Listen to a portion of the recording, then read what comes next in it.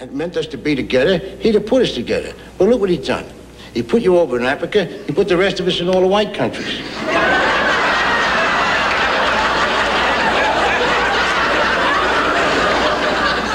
Well, you must have told him where we were, because somebody came and got it.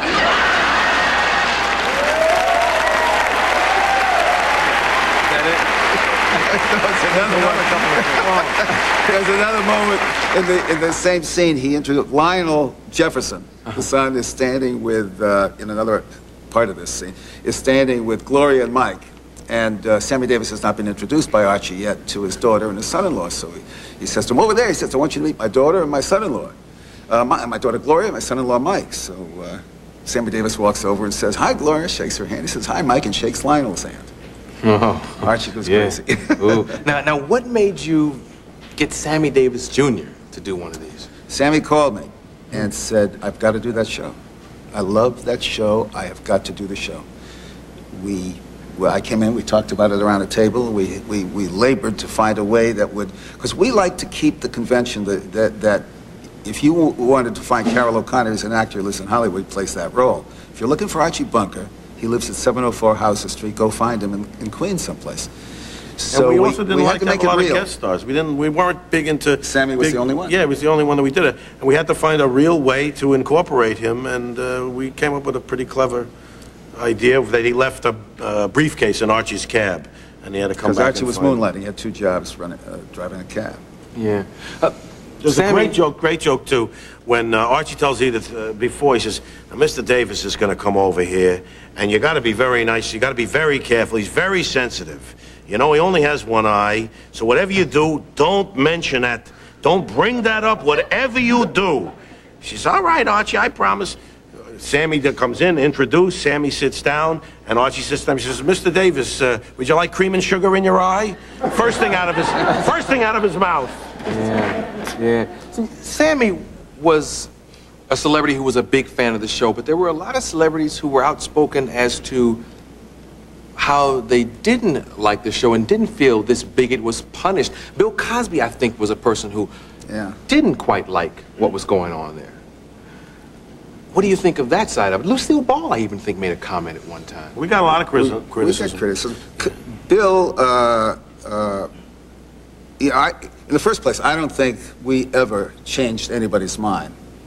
If 2,000 years of the Judeo-Christian ethic couldn't do anything to erase bigotry, we weren't foolish enough to think a little half-hour situation comedy was going to do it. So that we were about the business of entertaining. We were not about the. But we're mature people, and we had some reasonable ideas. Nor did we make any tolerant person intolerant. You know, I don't think we did that. What we might have done was to cause people to talk.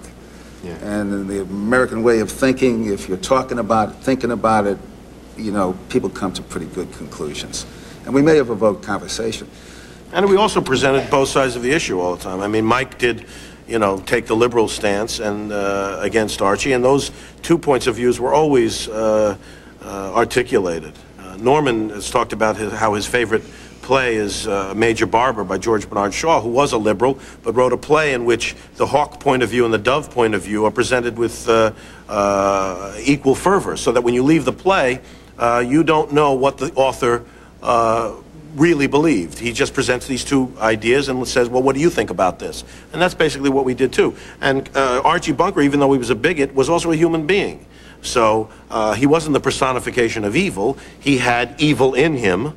And he had good in him as well, just as Mike did. You know. If prejudice disappeared from the hearts of all the so-called good people on Earth, it would belong to a few people in the extreme, you know. It's the good people that keep it alive. Mm-hmm. But as far as Bill's got, because I've heard Bill years after, I don't know if you have, years after the show, I heard Bill on somebody's talk show talking about it and saying that. And I thought when I saw it at the time, if he'd had another way of getting at it, he had an opportunity in all those wonderful years of that giant success of the Cosby Show to mirror black life in the experience of black life in America in a lot more real fashion than I thought he did.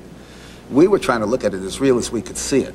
And back then, which Bill Cosby show would you be talking about? He did not a I good Spy, but No, I'm talking about the Cosby series. But I think Bill Cosby, you know, just his whole way in which he conducts his career and his show, I think is a great thing. I mean, whether you like the show or you don't like the show, he doesn't deal with racism. He doesn't say a black person is any different than a white person, and I like that he does that. I like when he goes out there and he just says, I'm a guy just doing my thing here, and that in and of itself to me is a great support of, you know, black ideas. I mean, it's just he doesn't want to distinguish it, and it shouldn't be distinguished, I don't think. But at the same time, what he's not doing is looking at the reality of the black experience in America, which is not all pleasant.